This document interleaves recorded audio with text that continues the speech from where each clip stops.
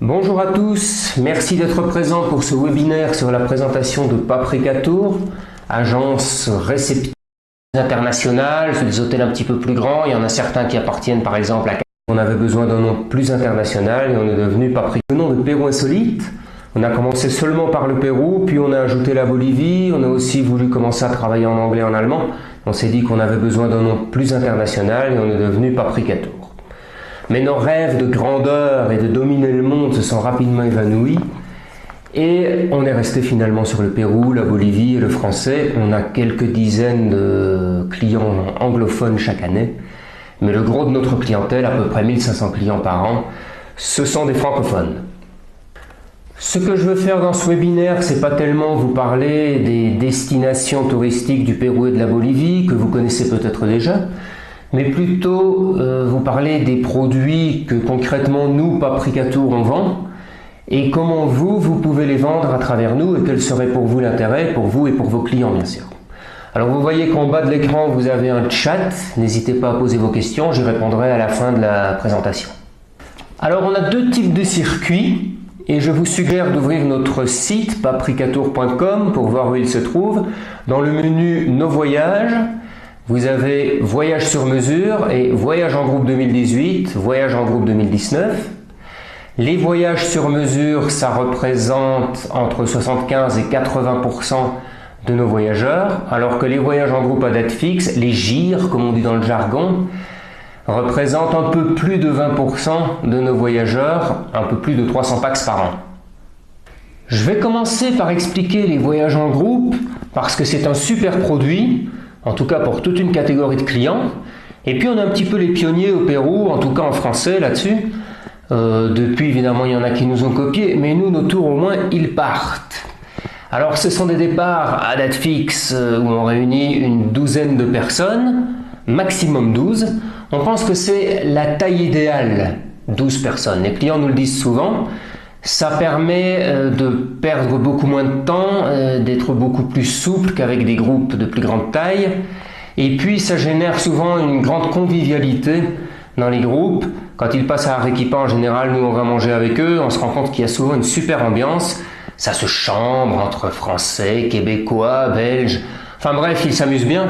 En général, il faut dire c'est aussi des gens d'une même tranche d'âge. Ce sont surtout les retraités qui choisissent cette formule en groupe. On a une trentaine de départs par an et 2 circuits différents. Alors sur notre site web, vous pouvez voir dans Nos voyages, Voyage en groupe 2018. Et là, vous avez un tableau avec tous les départs. Vous voyez que ça commence à la mi-mars et que ça va jusque novembre. Ça correspond à la saison sèche dans les Andes. Entre décembre et février, on ne fait pas partir de voyage en groupe parce que c'est la saison des pluies et c'est un petit peu plus difficile à remplir à ces dates-là. Ce qui ne signifie pas qu'on ne peut pas faire des voyages individuels sur mesure à cette époque-là. La saison des pluies au Pérou, c'est pas la mousson. C'est des mois où il pleut à Cusco comme il pleut à Paris en octobre. Nos départs en groupe, ils sont garantis dès 4 participants. Ça veut dire que, et ça sans modification de prix, ni de la prestation. Donc dès que vous voyez sur notre site qu'il y a 10 places disponibles, ça veut dire qu'il y a déjà 2 inscrits. Donc si vous avez 2 personnes intéressées, dès qu'elles s'inscrivent, eh bien elles sont 4 et le départ est garanti. Donc ça c'est vraiment un très gros avantage parce que vous êtes pratiquement toujours assuré d'avoir le départ garanti. À perte pour nous s'ils partent à 4, mais ça évidemment c'est pas votre problème. Une fois tous les 3 ans à peu près, on a un tour qui parvient pas à être rempli à 4 personnes, donc ça fait à peu près 1% des tours qui n'atteignent pas ce niveau. Alors même quand on en arrive là, soit on rembourse aux gens s'ils le souhaitent le circuit, mais on leur garantit s'ils le veulent le même itinéraire au même prix sur les mêmes hôtels. Simplement ce qu'on fait c'est qu'on retire le guide accompagnateur, on n'a plus alors des guides que sur les visites et les excursions, on retire les repas et on retire le transport privé, on met des bus sur certains trajets. Alors les quelques fois où ça s'est produit, les gens ont toujours finalement choisi de voyager avec nous, finalement ils étaient très contents de leur voyage. Alors vous voyez qu'il y a deux types de voyages, des Pérou découvertes de 15 jours et des Pérou Bolivie de 22 jours. Ça c'est le temps sur place. Nous on n'inclut jamais dans nos prestations le vol international. Alors pour chacun de ces voyages, il y a deux niveaux, deux catégories, la catégorie standard et la catégorie confort. La différence, elle est dans la catégorie des hôtels et dans la quantité de repas pour chaque catégorie. Alors la catégorie des hôtels pour le standard, c'est ce que nous on appelle notre catégorie 2 étoiles. En fait, ce sont tous des hôtels catégorisés 3 étoiles en Bolivie et au Pérou, mais ce sont des petits 3 étoiles, on va dire, et même si c'est un petit peu moins vendeur, on préfère les appeler 2 étoiles et puis que les gens aient plutôt une bonne surprise sur place. Alors que sur la catégorie confort, on utilise des 3 étoiles, on va dire, de standard plus international, c'est des hôtels un petit peu plus grands. Il y en a certains qui appartiennent par exemple à Casa Andina, qui est une chaîne péruvienne. On va dire qu'on a un service un petit peu plus formaté, un petit peu plus pro. Il n'y a pas une différence énorme finalement. L'autre différence, ce sont les repas. Dans la catégorie standard, on a seulement la demi-pension, seulement les repas à midi, alors que dans la catégorie confort, on a la pension complète. Alors il y a des gens qui préfèrent justement avoir seulement la demi-pension parce que ça leur donne la liberté le soir d'aller manger où ils veulent, éventuellement de sortir un petit peu, de s'évader du groupe. Et puis c'est très facile à faire toujours parce qu'au Pérou il y a beaucoup de restaurants, puis nos hôtels sont toujours très bien situés dans le centre-ville. Et puis au contraire, ceux qui préfèrent la formule tout organisée, ils vont choisir alors l'option confort. Je vais décrire rapidement maintenant les deux itinéraires, le Pérou découverte et le Pérou Bolivie. Le Pérou découverte, c'est un circuit sur la boucle classique du Pérou, donc sur le sud, depuis Lima, puis Paracas, Nazca, Arequipa, le canyon du Colca, le lac Titicaca, puis on va sur Cusco, de là la vallée sacrée des Incas, le Machu Picchu et retour à Lima, le tout sur 15 jours. Le jour 1, c'est l'arrivée à Lima. Chaque participant peut arriver avec le vol qu'il veut. Nous, on assure le transfert à l'hôtel. S'il y a des gens qui arrivent un jour avant ou 2 jours avant, il n'y a pas de problème. On peut faire une extension avec là ou les nuits d'hôtel supplémentaires, éventuellement d'autres services. Donc sur le premier jour, il n'y a pas de repas parce que les gens arrivent séparément et en général, il y en a beaucoup qui arrivent en soirée. Donc c'est juste un transfert et nuit à l'hôtel. Le lendemain, on va visiter Lima, le centre colonial, et puis la partie moderne qui domine le Pacifique. Et puis, on va prendre la route panaméricaine vers le sud, et on va suivre le désert côtier sur à peu près 1000 km en 3 jours. Alors ça, c'est un début de voyage qui surprend beaucoup les gens, parce que même si c'est écrit dans le programme, ils n'ont pas l'idée que la côte du Pérou puisse être aussi aride. On va faire des étapes, on va d'abord s'arrêter à Paracas. Là, on va visiter les îles Ballestas avec leur faune d'otaries, de manchots, de pélicans. Puis on va passer par l'oasis de Huacachina avec ses immenses dunes de sable sahariennes. On va bien sûr aussi faire une étape à Nazca, où on va voir les fameuses lignes de Nazca. Il est possible d'ailleurs de faire le survol des lignes, mais ça on le laisse en option, parce que tout le monde n'a pas envie de le faire. Et puis finalement, on arrive le soir du jour 4 à Arequipa, et là on quitte définitivement la côte et on commence à entrer dans les Andes. Arequipa, c'est à 2300 mètres d'altitude, on va y passer 2 nuits, visiter la ville, qui est un très beau centre colonial, le couvent Santa Catalina, puis on va commencer vraiment à grimper dans les Andes, monter sur l'altiplano, voir les lamas, les alpagas, les vigognes. On va passer à 4900 mètres d'altitude et redescendre à Chivay dans la vallée du Colca et passer la nuit. Et le lendemain, on va aller au canyon du Colca lui-même, où on va voir le canyon, un des plus profonds du monde, et le vol des condors. De là, on va se rendre à Puno, c'est une route de plusieurs heures à travers l'altiplano, assez spectaculaire, et on va dormir à Puno, à 3800 mètres d'altitude, au bord du lac Titicaca. Alors là, sur le lac, on va avoir une différence de programme entre le circuit standard et le confort. Le standard va aller dormir chez l'habitant sur l'île d'Amantani, tandis que le confort dort à Puno et va visiter une presqu'île qui est en dehors du circuit touristique traditionnel. Je pense qu'il n'y a que nous qui allons sur cette presqu'île. Dans les deux cas, on a des vues spectaculaires sur le lac. Alors le lac Titicaca, ce sont les nuits les plus hautes. Et s'il doit y avoir un problème d'altitude, c'est en général là qu'il va se produire. Il faut quand même qu'on en parle parce que ça arrive de temps en temps qu'on ait des gens qui ont un problème d'altitude et qui doivent recevoir des soins médicaux, être en repos sous oxygène. En général, ça dure un jour ou deux et puis ils continuent avec le groupe. Plus exceptionnellement, on peut avoir un mal d'altitude plus aigu avec des gens qui doivent redescendre en altitude, retourner à Arequipa ou à Lima. Et l'interruption de séjour, c'est vraiment des cas exceptionnels. Pour vous donner une idée, on a 1500 clients par an et on a des gens qui doivent interrompre leur séjour peut-être une fois tous les 3 ans. Ce qui est bien, c'est qu'après le lac Titicaca, on a une certaine acclimatation et comme on va ensuite à Cusco, qui est 500 mètres plus bas, Cusco c'est à 3300 mètres d'altitude, normalement on a la pêche pour les derniers jours du voyage qui sont aussi les plus importants. Alors à Cusco, on va visiter la ville, une des plus belles d'Amérique du Sud, avec son style colonial et ses anciens murs incas.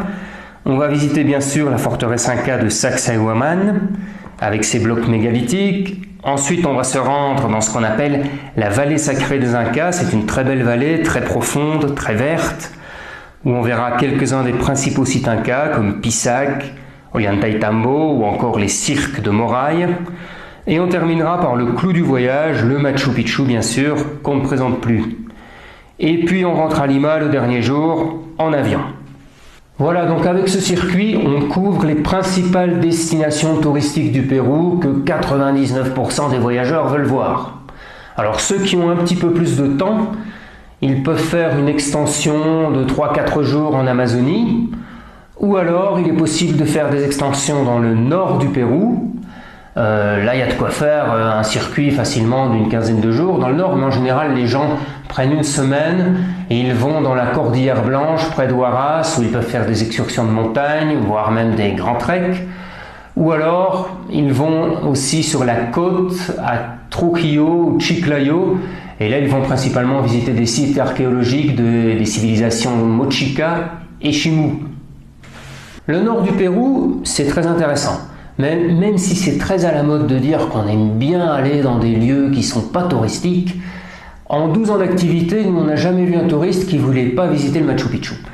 Donc ça fait qu'en général, on commence quand même toujours par connaître d'abord le sud du pays, et le nord du Pérou, c'est plutôt une option pour un second voyage, ou alors si les gens ont beaucoup de temps. Mais si on a du temps, on peut aussi faire une excursion ou une incursion en Bolivie. Ne serait-ce que pour cocher un nouveau pays, hein. J'ai fait la Bolivie. Alors en plus, il y a des super trucs à voir, donc ça ne gâche rien. Dans les circuits en groupe, nous on a un Pérou-Bolivie de 22 jours. C'est essentiellement le même circuit que le Pérou découverte, simplement on va rajouter une semaine en Bolivie qu'on va insérer à partir du lac Titicaca. Donc on va faire Lima, Paracas, Nazca, Arequipa, Canyon du Colca, lac Titicaca, et là on passe en Bolivie et on va à La Paz. On va découvrir cette ville tout à fait extraordinaire, déjà au niveau géographique, hein, elle est étagée entre 3200 mètres et 4000 mètres d'altitude, et puis par le mode de vie de sa population qui est majoritairement indienne, c'est une ville très désordonnée, mais les gens aiment bien, c'est très dépaysant. De là, on va prendre un vol pour aller à Uyuni et là, on va faire une excursion en 4x4 sur le fameux Salar de Uyuni. Ça, c'est un lieu évidemment extraordinaire. C'est le highlight touristique de la Bolivie, c'est le temps fort de tout voyage en Bolivie.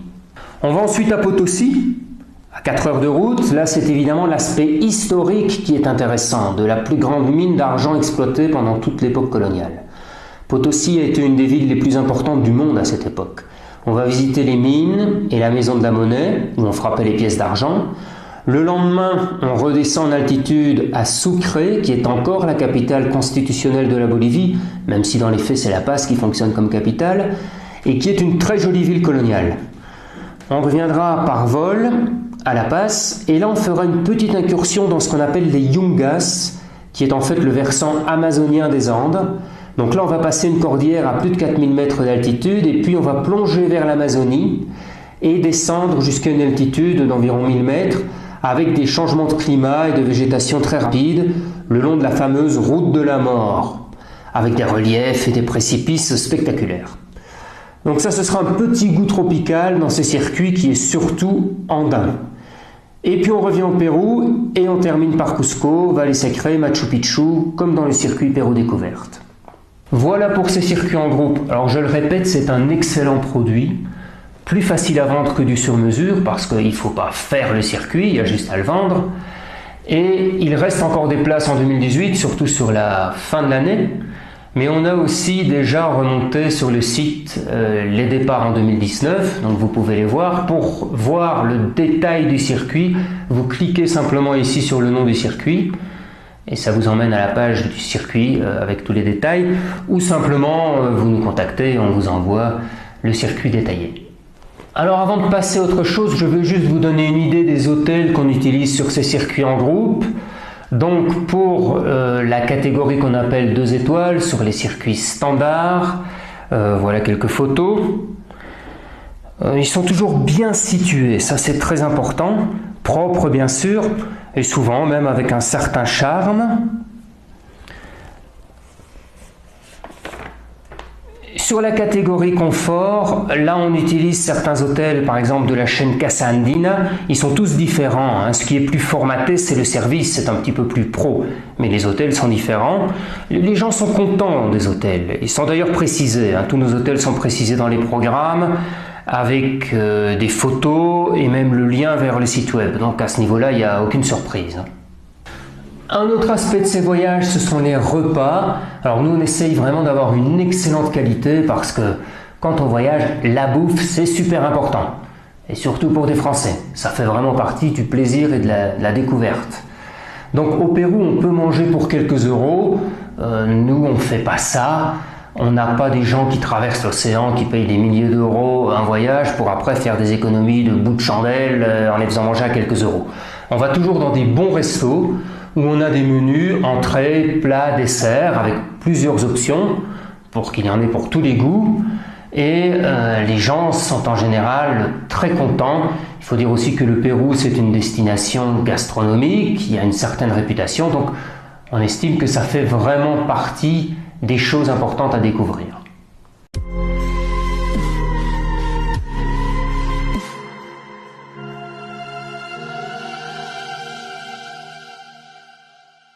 Bon, voilà pour les circuits en groupe, mais comme vous le savez, aujourd'hui, la plupart des gens veulent voyager sur mesure.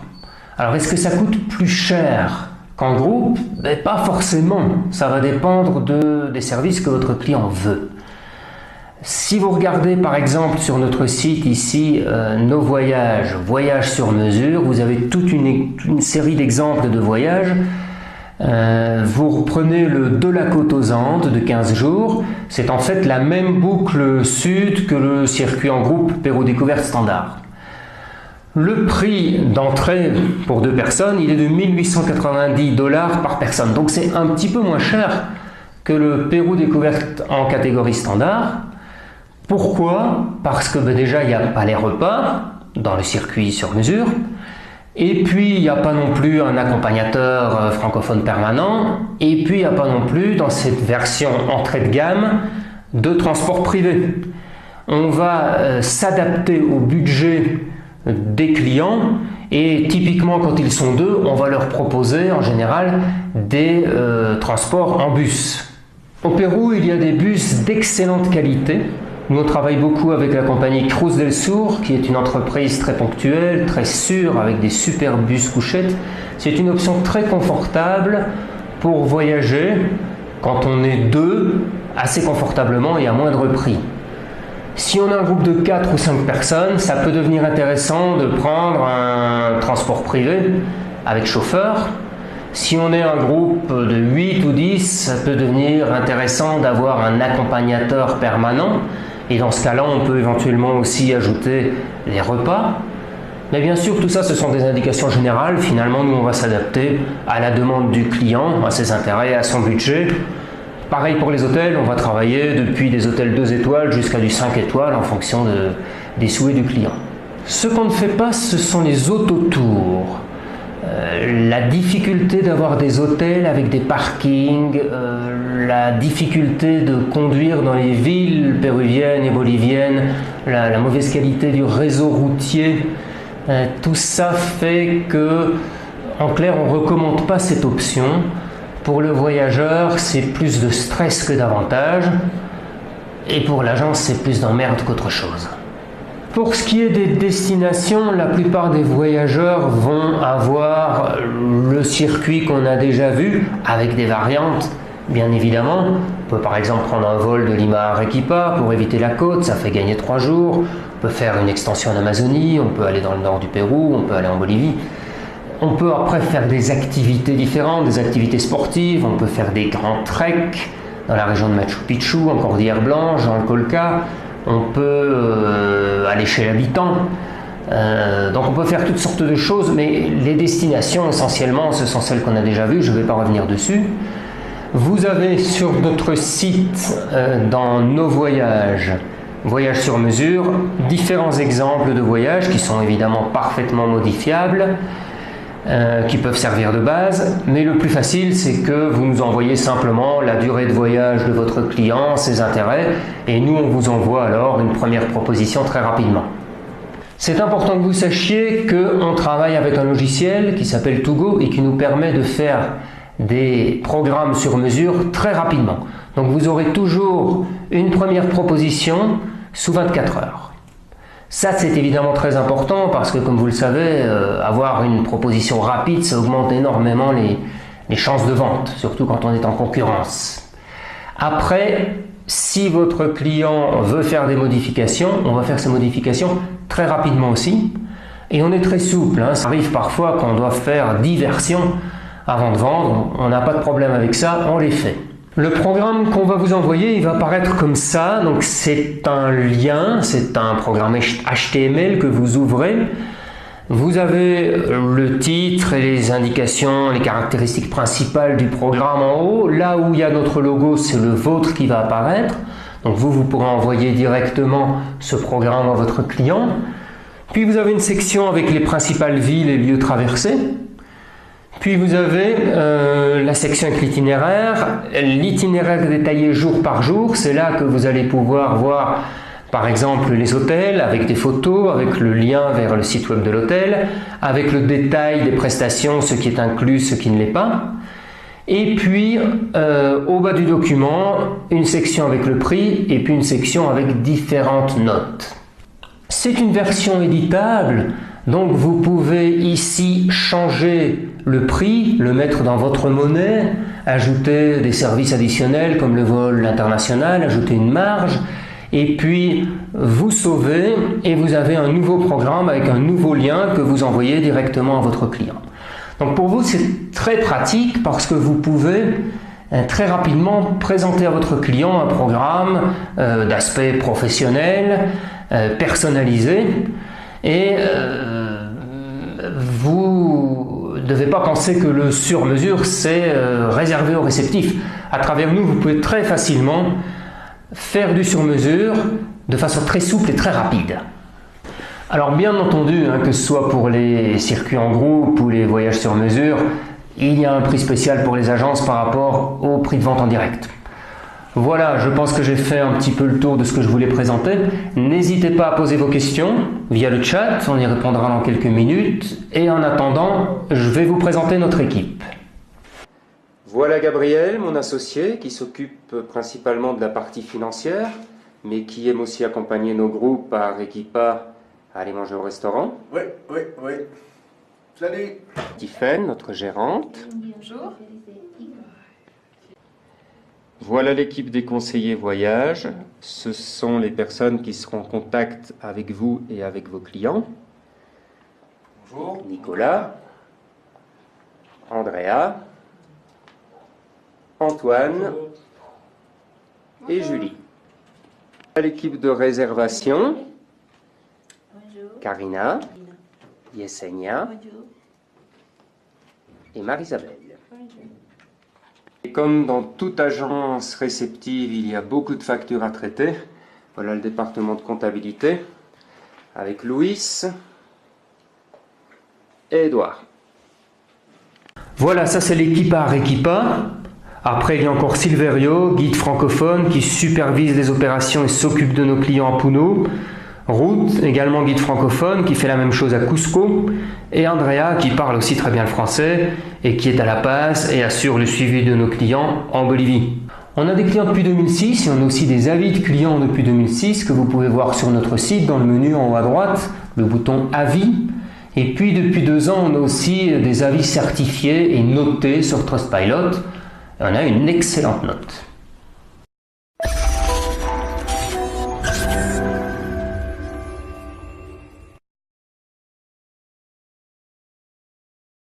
Très bien. Voilà, alors j'espère que vous m'entendez maintenant. Je vois qu'il y a eu des problèmes techniques, alors toutes nos excuses. Je sais que j'ai vu qu'il y a plusieurs personnes qui n'ont pas eu le son. Donc on va vous envoyer le web est enregistré, on va vous envoyer la version enregistrée. J'espère que là il y aura plus de problèmes techniques et que vous pourrez tous voir cette formation. Sinon, n'hésitez pas à nous contacter, on est à votre disposition pour toutes les questions que vous auriez. Donc, il y a un chat, hein, vous pouvez poser des questions. Alors, j'ai vu que on a déjà eu une question donc de Gwenaël par rapport à l'altitude, qui demande si on peut éviter le mal d'altitude. Or, évidemment, oui, il y a des médicaments. Il y en a qui les prennent de manière préventive, par exemple un petit peu d'aspirine. Au Pérou, il y a la coca, donc le thé de feuilles de coca qui normalement aide contre le mal d'altitude. Il y a des gens qui prennent du Diamox, mais bon là-dessus, il vaut mieux demander un avis à son médecin. En général, le Diamox c'est plutôt curatif que préventif. Alors, quel est le prix d'appel des 2 circuits, me demande Malvina. Alors, le prix des circuits, donc sur notre site, vous pouvez voir le prix du Pérou découverte en groupe. Il est à 2030 dollars en catégorie standard, c'est-à-dire que c'est un séjour de 15 jours, on parle du prix des prestations sur place. Hein. Nous, on ne s'occupe pas du vol international, mais est compris dedans le vol national Cusco-Lima. Dans le standard, c'est les repas, la demi-pension, les repas à midi, toutes les nuits d'hôtel, tous les transports, les entrées, etc.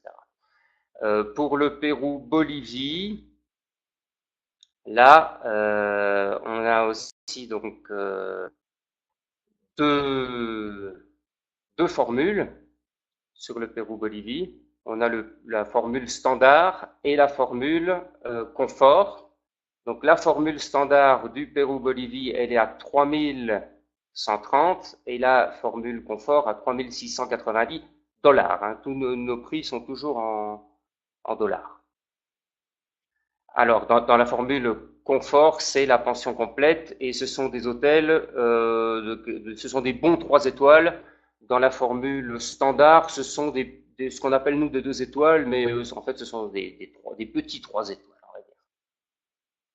Alors, Caroline me demande les vêtements qu'on peut conseiller. Alors, c'est vrai qu'au Pérou, on a un climat en général, on a très peu de pluie. Si on vient entre avril et novembre, on va avoir très très peu de pluie, très peu de chances de pluie. Parfois, on peut avoir un séjour de 15 jours sans un seul jour de pluie. Mais en revanche, même si on a du soleil et qu'il fait beau tout le temps, il fait un peu froid, ou frais, même voire froid, la nuit. Parce qu'on est quand même à des altitudes. À Cusco, on est à plus de 3000 mètres d'altitude. À Puno, on est à 3800 mètres d'altitude.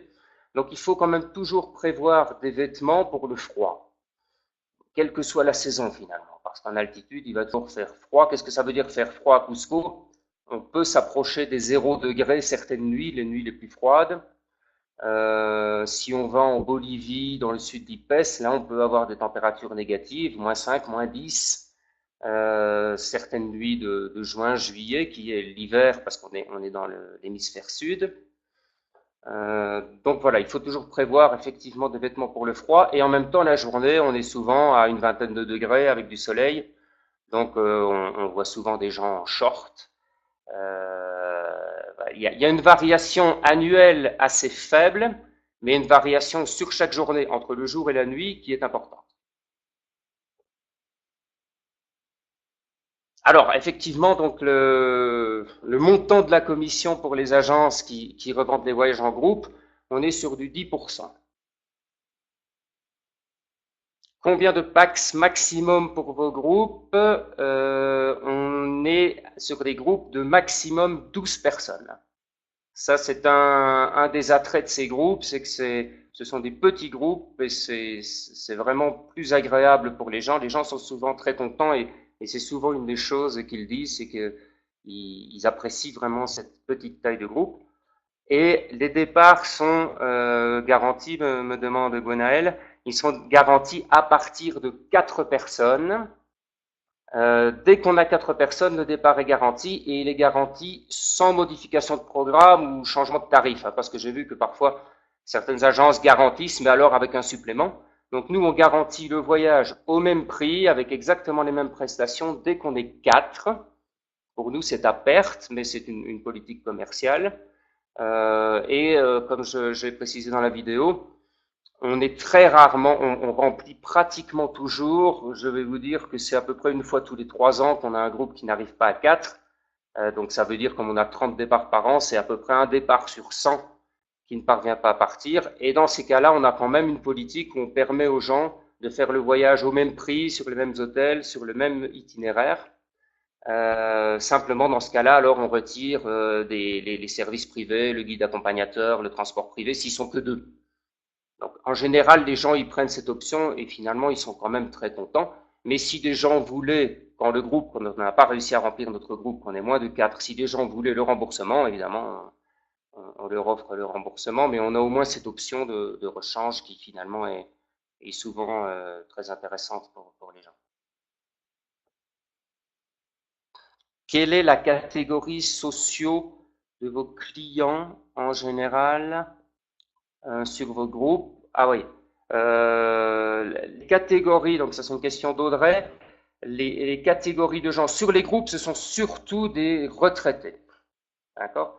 Et les groupes, on les fait surtout partir à des périodes où les retraités voyagent plus, c'est-à-dire avril, mai, c'est les grands mois pour les groupes, septembre, octobre, novembre.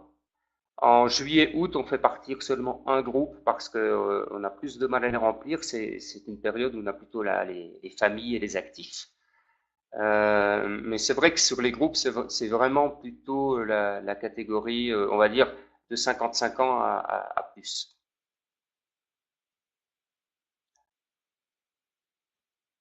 Alors, la question de Clémentine, montant de la commission pour les voyages sur mesure, c'est le même, c'est 10%. Participez-vous à des salons?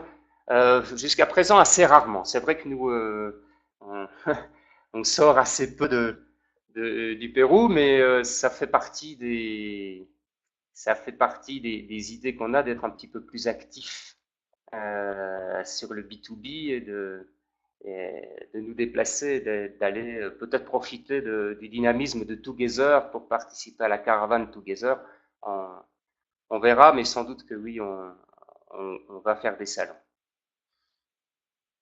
Alors, Julie Balanche me demande, pour les séjours à la carte, avez-vous une idée des tarifs approximatifs des bus avec siège couchette? Oui, alors nous, on vend pas des prestations sèches, hein. On va pas vendre un vol ou un bus. On vend des paquets, des séjours. Mais ça va dépendre évidemment de la distance. Nous, de toute façon, à partir du moment où on travaille en bus et qu'on a des bus, on travaille rarement sur des bus de nuit, mais dès qu'on a des bus de longue durée, on prend toujours la meilleure catégorie disponible. Au Pérou, on a vraiment un excellent confort avec des bus couchettes. En Bolivie, ça c'est des bus un peu plus ordinaires, mais on a aussi des trajets beaucoup moins longs. Oui, un bus couchette sur un trajet NASCAR Equipa, ça peut être de l'ordre de 50-60 $. Alors, la meilleure période, Gwenaël, la meilleure période pour visiter les destinations, c'est d'avril à novembre, aussi bien pour le Pérou que pour la Bolivie, parce que c'est une période très sèche, où on a vraiment très peu de chances d'avoir de la pluie. Ça ne veut pas dire qu'on ne peut pas visiter le reste de l'année, hein. Comme j'ai dit, la saison des pluies au Pérou, c'est pas la mousson. C'est une période où vous avez de la pluie, un peu comme vous avez de la pluie en France en octobre. Vous avez jusqu'à 100 millimètres de pluie. On a un tableau avec les précipitations sur notre site. À Cusco, vous avez jusqu'à 100 millimètres de pluie sur le mois le plus pluvieux, donc c'est pas énorme. On a des gens chaque année qui voyagent en janvier, en février. Mais c'est vrai que si on a la possibilité de venir pendant une bonne partie de l'année et être pratiquement sûr de ne pas avoir de pluie, ben c'est un avantage, surtout si on va faire des activités comme des treks.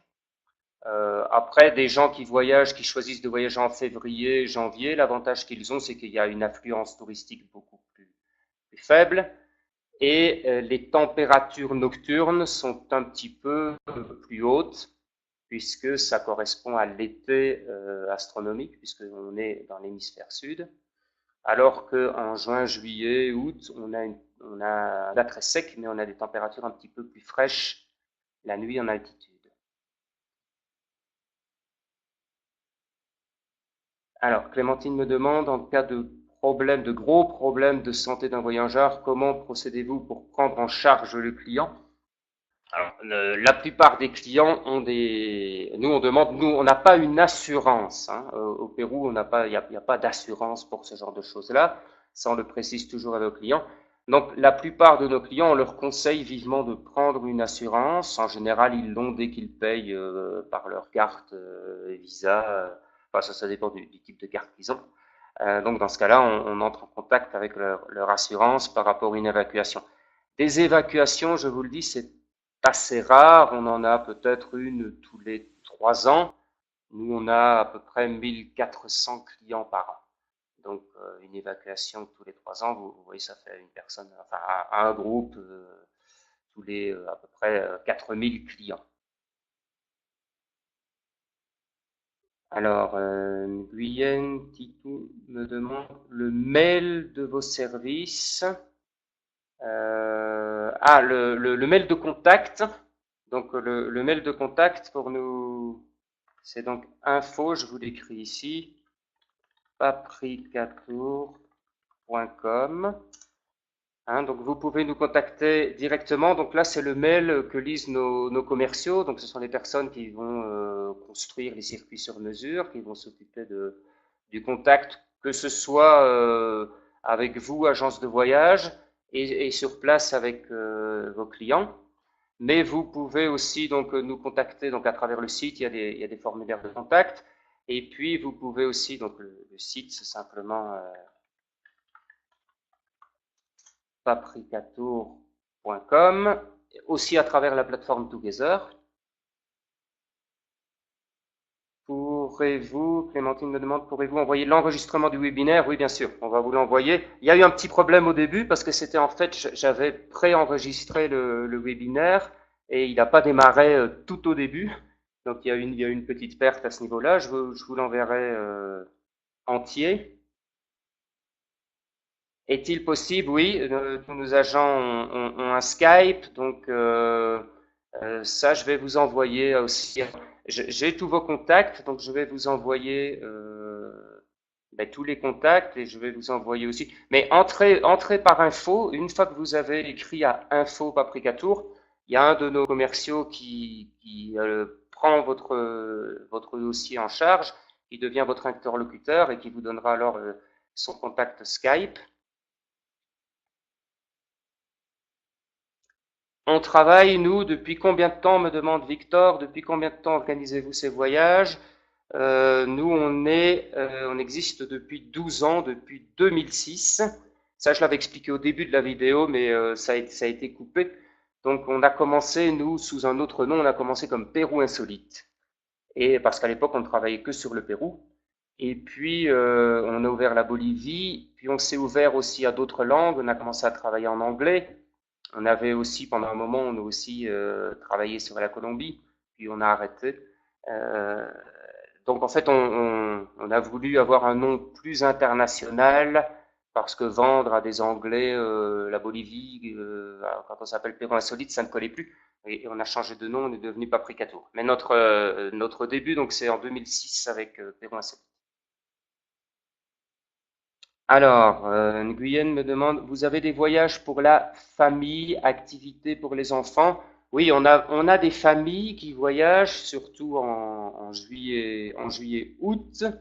Et donc, effectivement, dans ces cas-là, on a plutôt des gens qui nous demandent, c'est à la carte, mais on a des activités plus sportives, des choses comme du rafting, différentes activités plus ludiques, des cours de cuisine, il y a le musée du chocolat, par exemple, des activités de faire du chocolat, des choses comme ça qui sont appréciées des enfants. Me demande Léanique Barlet, me demande, peut-il y avoir des difficultés à la frontière entre Pérou et Bolivie? Le temps de passer la frontière n'est-il pas long? Non, il n'y a pas de difficulté. Ça prend en général au maximum 1 heure. Parfois, il y a des fils, mais il y a pas de difficulté. Il n'y a pas d'ailleurs de problème de formalité au Pérou et en Bolivie, hein, pour les Français, les Européens en général, ou même les Canadiens. Il faut juste le passeport. Il n'y a pas de vaccin qui soit obligatoire. Il y a des vaccins conseillés si on voyage en Amazonie, la fièvre jaune. Mais sinon, il n'y a pas, c'est pas compliqué. Euh, oui, maximum 1 heure, on va dire, c'est le temps de passage.